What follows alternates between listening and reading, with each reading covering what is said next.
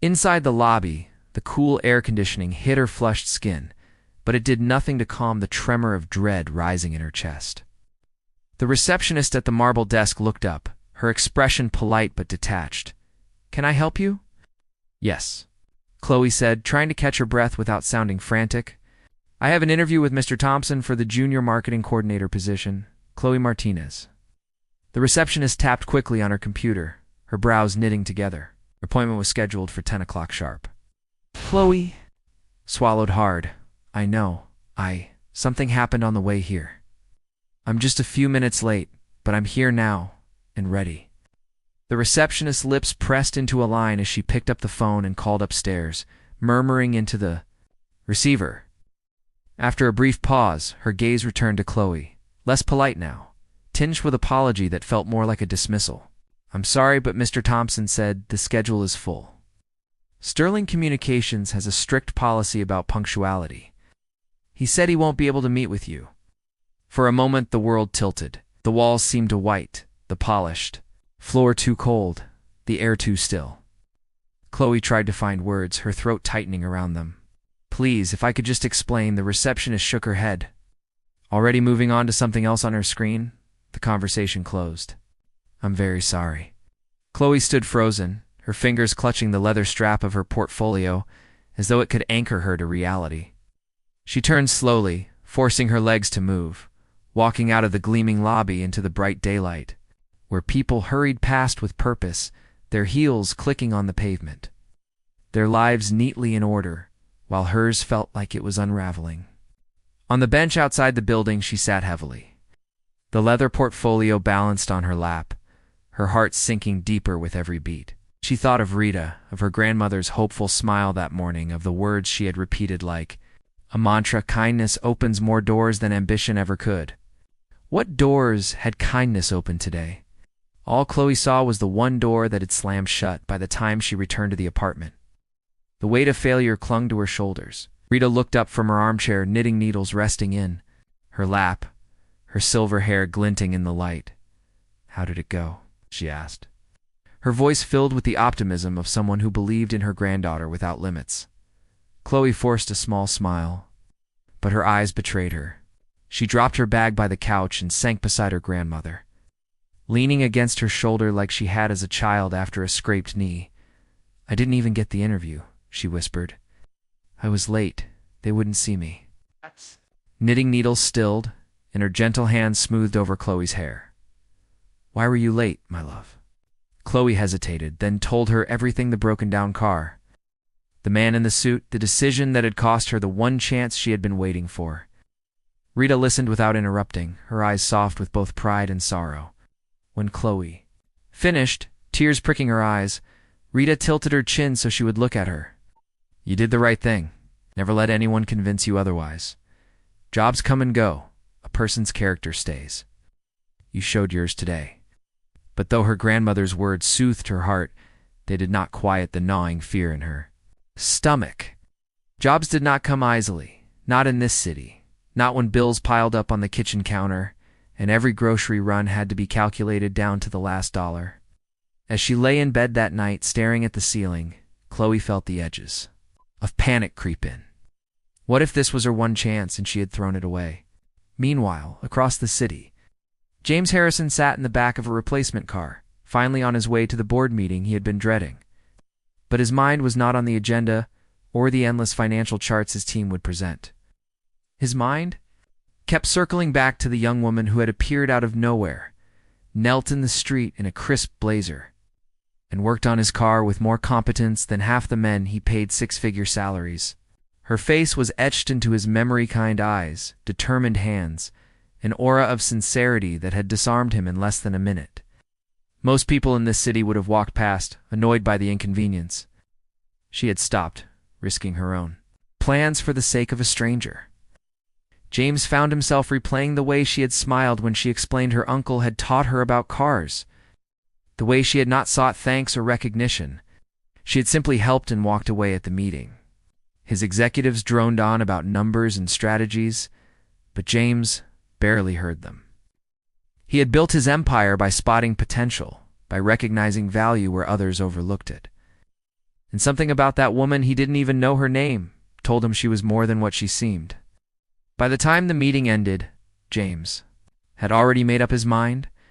He turned to his assistant, a sharp woman named Carla, and said, "Find out who she was." Carla blinked, surprised.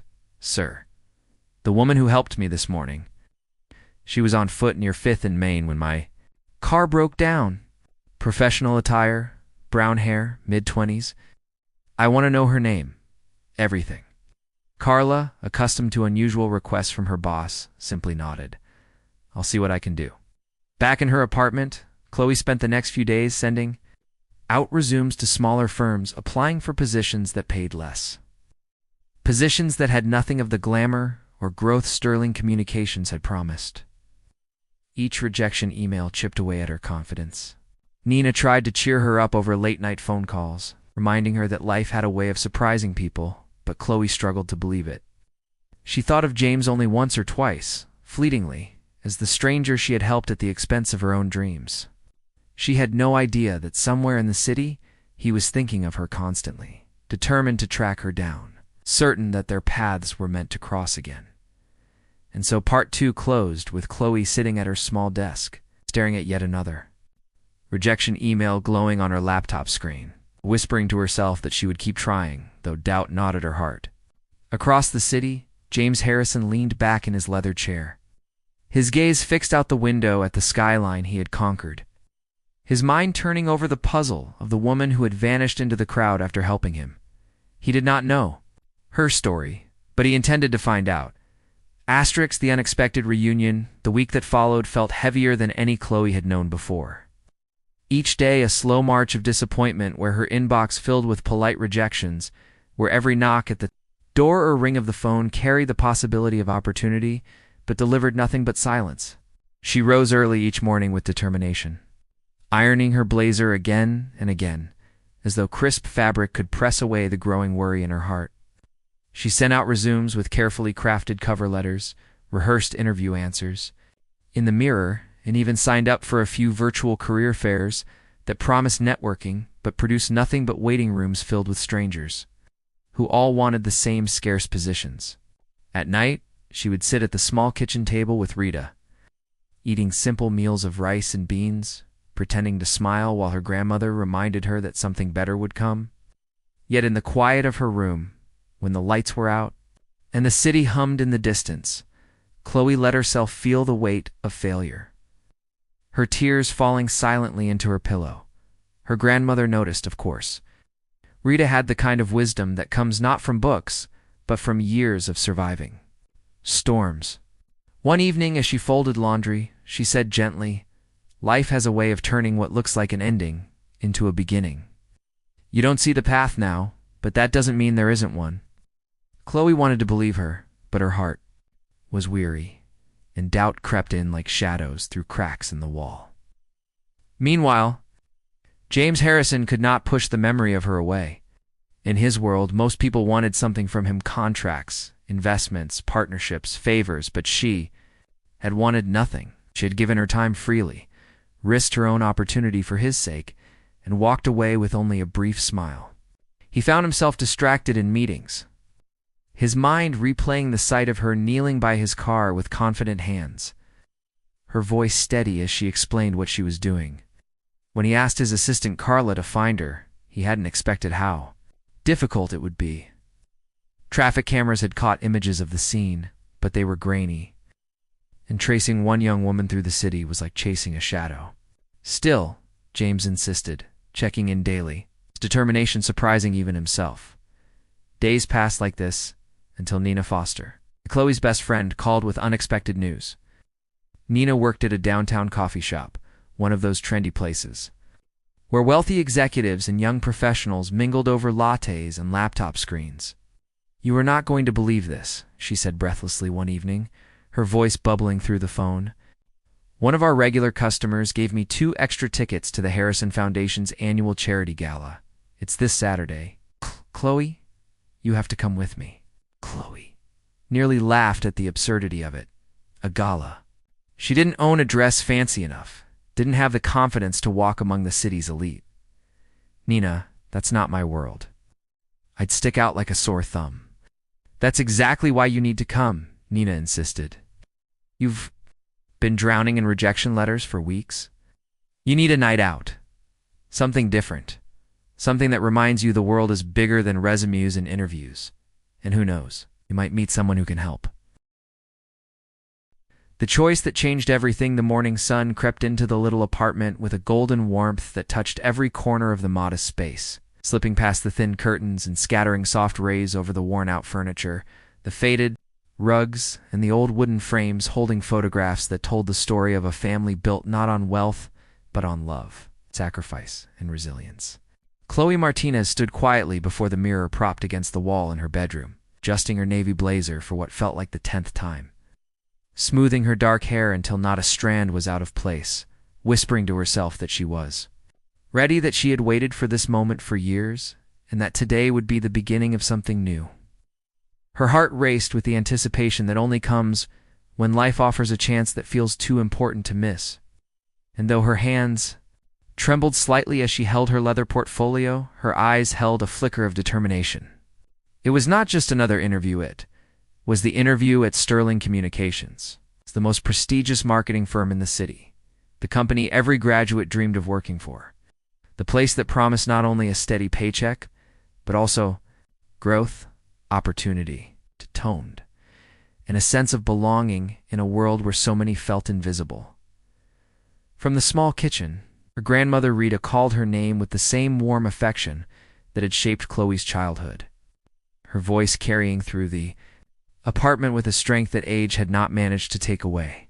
"Chloe, don't forget to eat something before you go," she reminded, her silver hair neatly pinned as always, her eyes smiling, even when her body ached from years of working double shifts in the hospital cafeteria.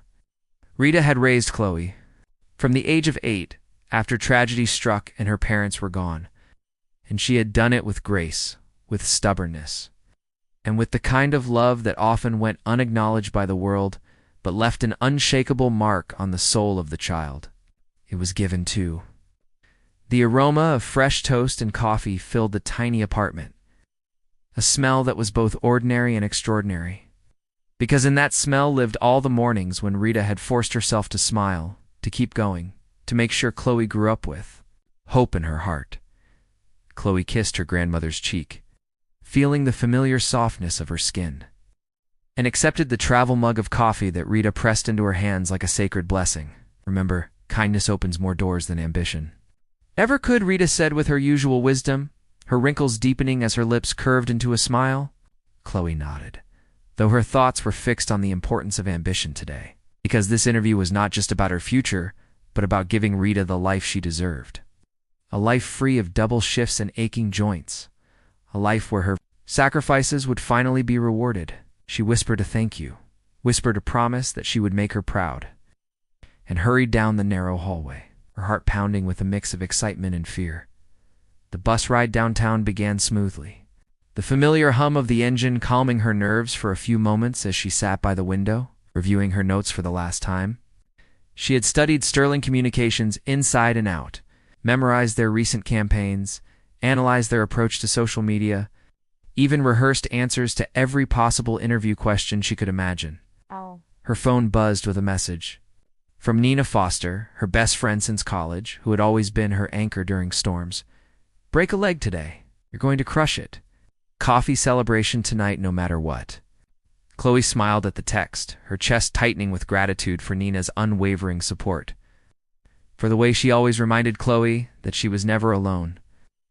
Outside the bus, the city transformed from quiet neighborhoods into a landscape of tall glass towers, sleek cars, and people rushing in expensive suits, each one chasing something: power, money, recognition. Soon, Chloe told herself, she would be one of them, walking with the same confidence, carrying the same sense of purpose.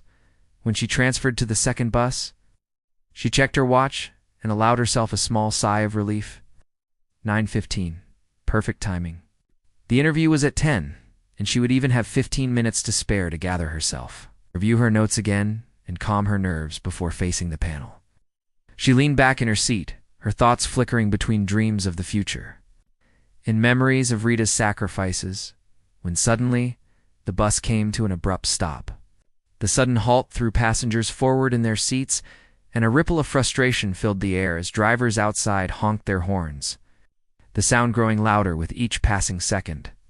Curious and worried, Chloe pressed her face against the window and saw the problem. A sleek black Mercedes had broken down in the middle of the road, its hazard lights blinking helplessly, blocking traffic and creating a bottleneck that stretched for blocks. Beside the car stood a man in a sharp charcoal suit, his phone pressed to his ear, his dark hair slightly disheveled as he ran a hand through it in frustration. He was pacing, apologizing to angry drivers who rolled down their windows to shout at him, his shoulders tense with stress, his voice sharp as he spoke into the phone. Even from the bus, Chloe could see that he was a man used to being in control, someone who hated the feeling of being helpless.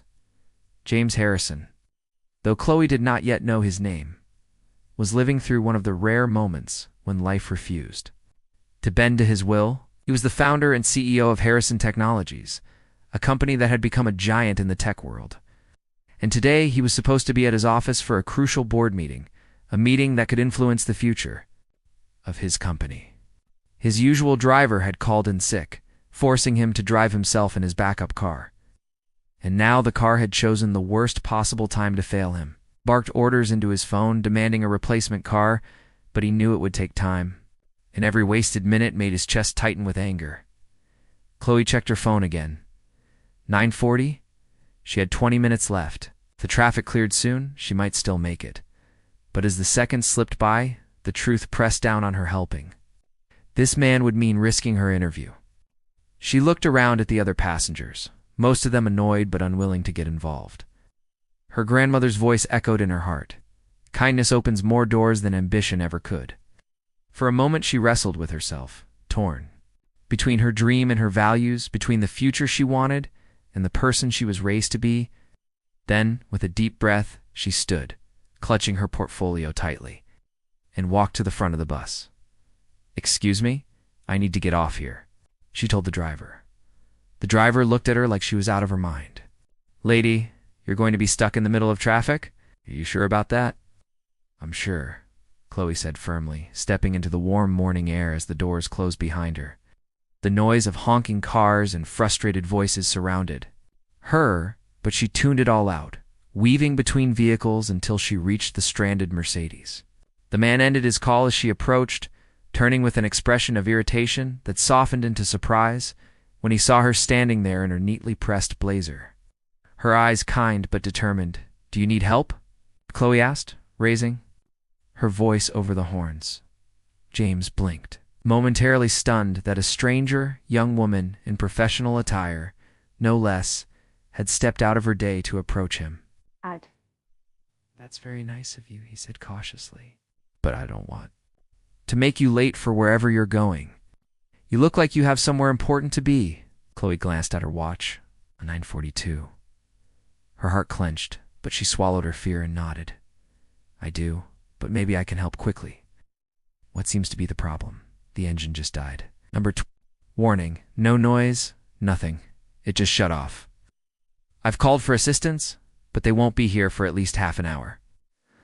Chloe set her portfolio down carefully on the sidewalk and moved toward the car. "Mind if I take a look?" James raised an eyebrow, skeptical. "Really? In that outfit?" Chloe gave a small smile. "Suit is new." "The knowledge isn't. My uncle owned a garage when I was growing up. I used to help him all the time. I might be able to spot something simple." For the first time that morning, James felt a flicker of something other than irritation, curiosity, and perhaps respect. He stepped aside, watching as Chloe knelt by the car. I'll move faster. Her movements confident and unafraid, her blazer catching the sunlight as she opened the hood with practiced ease. And in that moment, as the noise of the city swirled around them and the clock ticked mercilessly toward 10, a choice had been made, one that would change both of their lives in ways neither could have imagined. *A. Door closes. The heavy doors of Sterling Communications towered above Chloe as she ran up the front steps. Her heart hammering in her chest, her blazer damp with sweat from the walk in the morning heat. her mind spinning with the realization that time had slipped away like water through her fingers. She had done everything she could, tightened the cables under the hood of the Mercedes, checked the battery connections, and finally managed to help push the sleek vehicle out of the lane so traffic could move again. By the time she left James Harrison behind with a nod of encouragement, her watch read 10:07. The minutes had bled away. It's unstoppable, each one a reminder that her choice had cost her something priceless. Still, she had told herself on the walk that maybe, just maybe, the hiring manager would understand if she explained what had happened. After all, how could anyone fault her for helping someone stranded in the middle of chaos? Reluctantly, Chloe agreed, more to please Nina than because she believed anything good could come of it. Saturday evening found her standing before the mirror again, but this time not in her navy blazer. She wore a simple but elegant dress borrowed from Nina, its fabric soft against her skin, its color bringing out the warmth in her brown eyes. Rita, who had insisted on helping her with her hair, clasped her hands together with pride. "You look beautiful, Mia," she whispered, kissing her cheek. "Remember, you belong anywhere your heart takes you." The gala was held in the ballroom of the Grand Monarch Hotel, a place Chloe had only ever passed from the outside. Its glass chandeliers visible through towering windows, its valet service lined with luxury cars. Stepping inside, Chloe felt as though she had entered another world. The room glittered with golden light, the air filled with soft music from a string quartet, and tables draped in white linens groaned under the weight of delicate hors d'oeuvres. Men in tailored tuxedos and women in sparkling gowns drifted through the space, their conversations floating above the clink of crystal glasses. Chloe held tightly to Nina's arm, whispering that she had no business being there. But Nina only smiled and squeezed her hand, and then it happened. A voice echoed through the ballroom as the host introduced the evening's keynote speaker, and Chloe froze in place, her heart stuttering in her chest. On the stage, illuminated by the soft glow of spotlights, stood the very man whose car she had helped push out of traffic days earlier. James Harrison. His name rolled across the room like a wave of recognition, people applauding with admiration, their faces turning toward him as though he were royalty. Chloe's lips parted in shock, her breath catching as realization washed over her. The man she had helped was not simply a businessman. He was the James Harrison, the tech magnate, the philanthropist, the millionaire whose face appeared on magazine covers, the man whose name carried weight in boardrooms across the world. James began to speak, his voice calm, yet commanding, speaking of the Foundation's mission, of the importance of education and opportunity for underprivileged youth. But even as his words filled the room, his eyes scanned the audience, and then they stopped. A heartbeat too long, James's gaze locked with Chloe's across the ballroom, and his expression shifted from polished confidence to unmistakable recognition. Chloe's knees weakened. She whispered to Nina, "He sees me." Nina looked confused. "Who?" "The man I helped that morning, that's him. It's James Harrison." When the speech ended and the applause thundered through the ballroom, James stepped down from the stage. While the crowd surged toward him with greetings and praise, his eyes never left Chloe. He moved through the throng of admirers with the quiet authority of a man used to commanding attention. Yet his path was clear, as though every person instinctively stepped aside. Within moments he stood before her, his presence towering yet strangely gentle. "You," said softly, his lips curving into the faintest of smiles. "I was beginning to think I imagined you," Chloe's voice faltered. "You remember me?" James chuckled, a sound warmer than she expected. "You pushed my car out of traffic in heels and a blazer. That's not something a man forgets." The ballroom seemed to fade around them, the chatter of the crowd dimming as Chloe stood in stunned silence, her heart pounding with the surreal truth of the moment. She had missed her chance at Sterling Communications because she had stopped to help a stranger. But now that stranger stood before her, revealed as a man whose influence stretched far beyond what she could have imagined. Asterisk. When kindness meets power, the night of the gala stayed etched in Chloe's mind long after the string quartet stopped playing and the chandeliers dimmed. What had begun as a reluctant evening, one she had only attended to please Nina, had ended in a way she could never have predicted. James Harrison, the man she had once seen stranded on the side of the road with his broken-down car, had not only recognized her, but also spoken to her with a level of sincerity that unsettled her. He had thanked her, not as a billionaire thanking a stranger, but as a man who seemed genuinely grateful, almost relieved, that she had crossed his path that morning. Chloe had felt her cheeks burn under the weight of his attention. The polished crowd around them watching curiously, as though trying to guess the connection between the powerful CEO and the young woman in a borrowed dress. Before the evening ended, James had pressed a business card into her hand and said in a tone that allowed no room for dismissal, "Call my office. I want to talk to you properly." Back at her apartment, Chloe had stared at the card for hours. The name embossed in silver, the simple design that spoke of quiet authority. The number that connected directly to a world she had never imagined entering it felt heavy in her hand. Like a key to a door she wasn't sure she wanted to open. Part of her wanted to call immediately, to see what opportunities might lie ahead, but another part recoiled. She did not want pity, nor did she want to be a charity case for a wealthy man who perhaps felt indebted for her kindness. She wanted to earn her place on her own merit, through skill and determination, not through a favor handed down from someone standing far above her. And so, the card sat untouched on her dresser for 3 days, each time she walked past it, her stomach twisting with indecision. On the 4th day, the decision was taken from her hands. A sleek black car pulled up in front of her building, drawing curious stares from neighbors leaning on balconies. From it stepped a woman in a tailored suit, Carla, James's assistant, holding a folder in one hand and wearing an expression that balanced politeness with authority.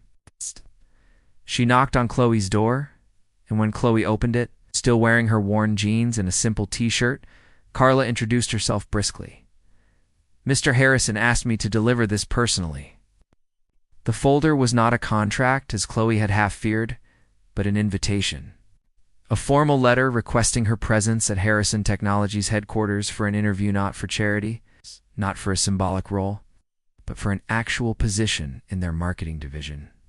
Chloe sat at her small kitchen table long after Carla had left, her grandmother watching her with a smile that carried both pride and reassurance.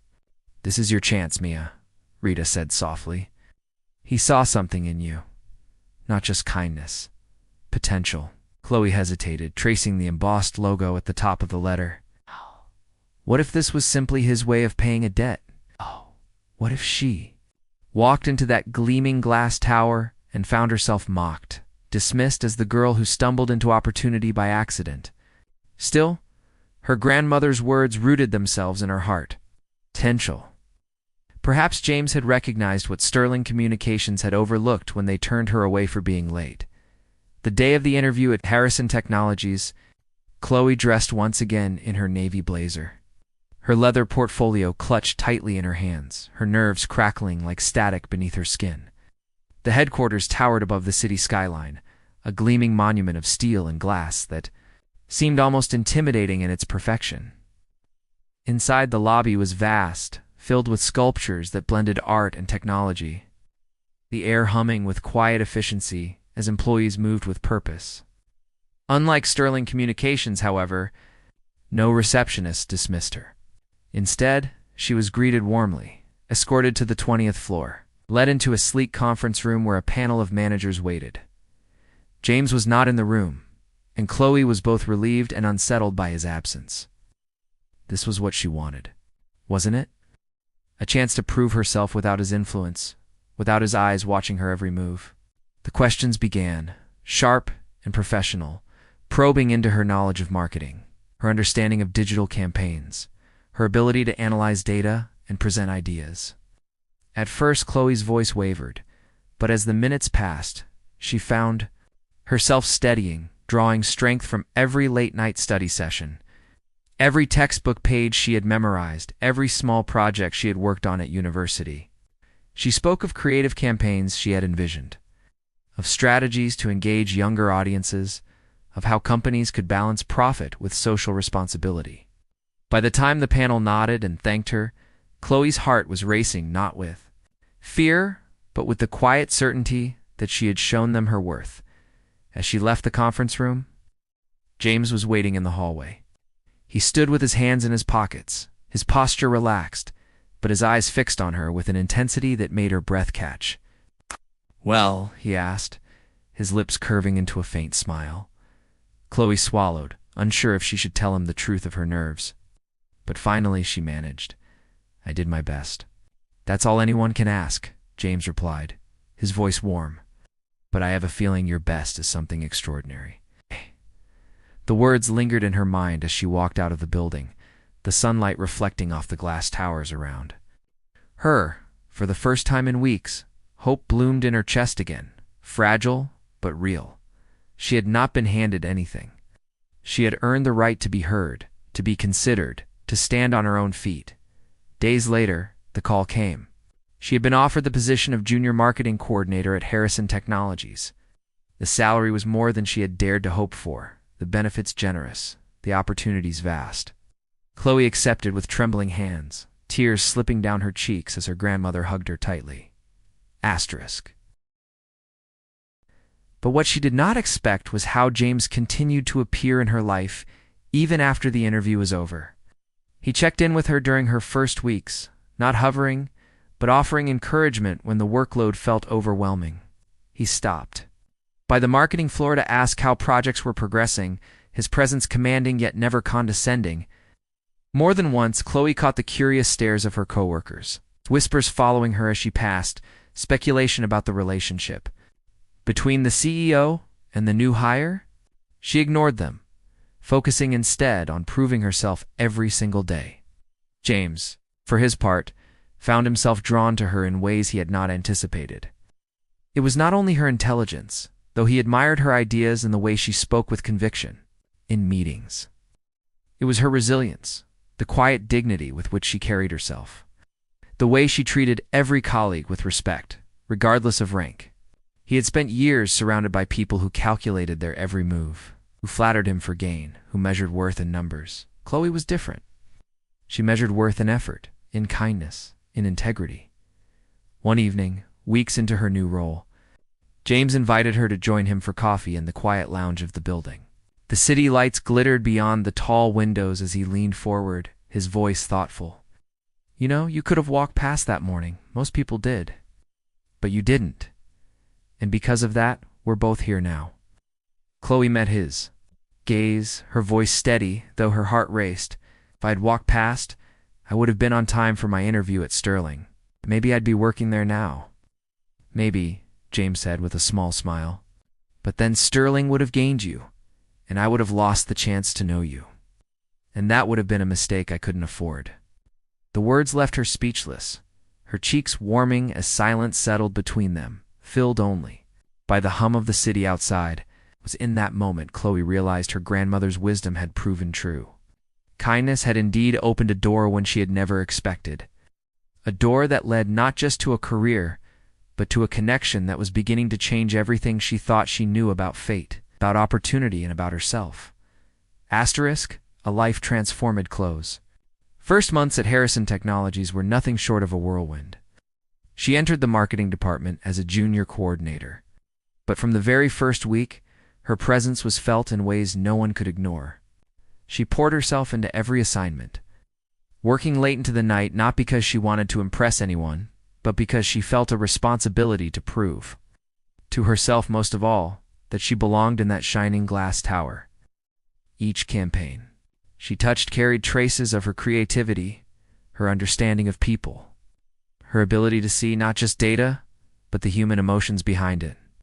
When colleagues presented safe, predictable ideas, Chloe's mind reached for something deeper, something that would not only sell products, but connect with the hearts of customers. Slowly, her coworkers began to notice the whispers that once followed her in the hallways. A curious gossip about why the CEO had personally invited her turned into respect as her results spoke louder than rumors. Her grandmother Rita, who had always sacrificed so much for her, saw the change most clearly. Chloe came home from work with tired eyes, but a spark that had been missing for months. Her stories filled with new projects, new challenges, new victories. For the first time in years, Rita felt her own burden lighten. No longer did she have to work double shifts at the hospital cafeteria. Chloe's salary, though still modest compared to executives, was enough to cover their needs and then some. Rita retired quietly, spending her days tending to plants on their balcony and knitting blankets she would donate to local shelters. Watching Chloe bloom into the woman she had always known she could be filled her with a joy so profound it brought tears to her eyes. James, too, watched Chloe's rise with a mixture of admiration and something more complicated. He had built his company with sharp instincts and a relentless drive for success. But in Chloe he saw qualities that went beyond ambition. She was honest in a world that thrived on pretense, brave in ways that money could never buy, and humble despite talents that set her apart. He found excuses to check in on her, not as a boss hovering over an employee, but as a man drawn to someone who reminded him of values he had nearly forgotten in his climb to the top. The more he learned about her, the years of struggle, the sacrifices of her grandmother, the countless rejections she had faced, the more he realized that Chloe's presence in his life was no accident. She was a reminder of what mattered most. It was during a major campaign pitch that Chloe's future shifted again. The marketing division had been tasked with creating a strategy for a new product launch, one that carried enormous financial stakes. Teams had worked for weeks, but none of the proposals satisfied James. He sat at the head of the conference table, his executives presenting charts and slides filled with numbers, their voices confident but their ideas uninspired. Then Chloe, who had been quietly working on her own concept, stood to speak. Nervous but determined, she presented a campaign built not on flashy slogans, but on human stories. She proposed highlighting ordinary people whose lives were improved by the product, weaving authenticity into every advertisement, creating not just consumers, but communities. When she finished, the room fell silent. Some executives exchanged skeptical glances, unimpressed by what they considered too emotional. But James leaned forward, his eyes locked on Chloe, and said simply, "This is it. This is what we've been missing." His approval carried. Wait, no one dared question. The campaign launched weeks later, and to the surprise of many, it exceeded every expectation. Sales soared, but more importantly, the brand's reputation shifted. Customers felt seen, understood, valued. The credit, whispered at first, but soon spoken openly, belonged to Chloe Martinez. For Chloe, the success was validation, proof that she was not just lucky to be there, but worthy. Yet she remained grounded, returning home each evening to Rita, still shopping carefully at the same grocery store, still taking the bus sometimes, even though she could now afford better. Fame within the company did not change her, and that humility only deepened James's respect. He found himself seeking her out in quiet moments, asking for her perspective not only on work, but on life, listening as she spoke of fairness, compassion, and the simple joys of human connection. One evening, months after the campaign's triumph, James invited Chloe and Rita to a private dinner. The restaurant was elegant but not overwhelming, its soft lights and warm atmosphere chosen deliberately to put them at ease. Rita, dressed in her best, smiled as James asked her questions about her years at the hospital cafeteria, listening intently to stories of sacrifice and perseverance. At the end of the meal, James looked at both women and said, "You have given me something no amount of wealth could buy." A reminder that kindness, integrity, and sacrifice are what truly builds legacies. "I want you both to know that my gratitude is more than words." Tears filled Rita's eyes, but Chloe's heart swelled with something deeper. This man who could have dismissed her as a nobody on the street had instead chosen to see her, too, recognize her, to honor the life she and her grandmother had built out of struggle, and in that recognition, she found not only opportunity, but belonging. Time passed, and Chloe's role at Harrison Technologies continued to grow. She led new projects, mentored interns, and became a voice within the company for values that, too, often went overlooked. Employees admired her not only for her ideas, but for her ability to bring out the best in others. She had gone from being the girl rejected at Sterling Communications to a rising star in one of the most influential firms in the country. Yet beyond professional success, something else had taken root between her and James. It was subtle at first. Glances across a meeting room, conversations that stretched late into the evening, moments of silence that said more than words ever could. Chloe hesitated, unsure if she should allow her heart to wander into territory that could complicate everything. James, too, was cautious, aware of the power imbalance, unwilling to risk making her feel trapped or indebted. But the connection grew undeniable, born not of status or wealth, but of mutual respect and genuine admiration. One night, as they stood on the rooftop terrace of the company building after a long day, the city lights shimmering like stars below them, James spoke. Quietly, Chloe, missing that interview at Sterling was the best thing that ever happened to me. If you hadn't stopped to help me that morning, I would have never met you, and my life would be poorer for it. Chloe smiled, her heart full, her eyes glistening. I thought I had lost everything that day, she admitted. Maybe I found something better. The wind tugged gently at her hair, the world sprawling endlessly around them, and for a moment, time seemed to pause. What had begun as a sacrifice, a young woman choosing kindness over ambition, had blossomed into a life she could never have imagined. A career filled with purpose, a grandmother finally resting after years of toil, and a bond with a man whose power had not blinded him to the simple truth that the greatest wealth of all was found in human connection. Chloe's story became not just her own, but a testament to something universal, that sometimes the paths we fear are detours, are in fact the roads that lead us exactly where we are meant to be. And as she stood beside James Harrison, looking out at the city she had once thought too big for her dreams, Chloe Martinez knew with certainty that her life had been transformed. Not by ambition alone, but by kindness, courage, and the unshakable belief that even the smallest choices can change everything.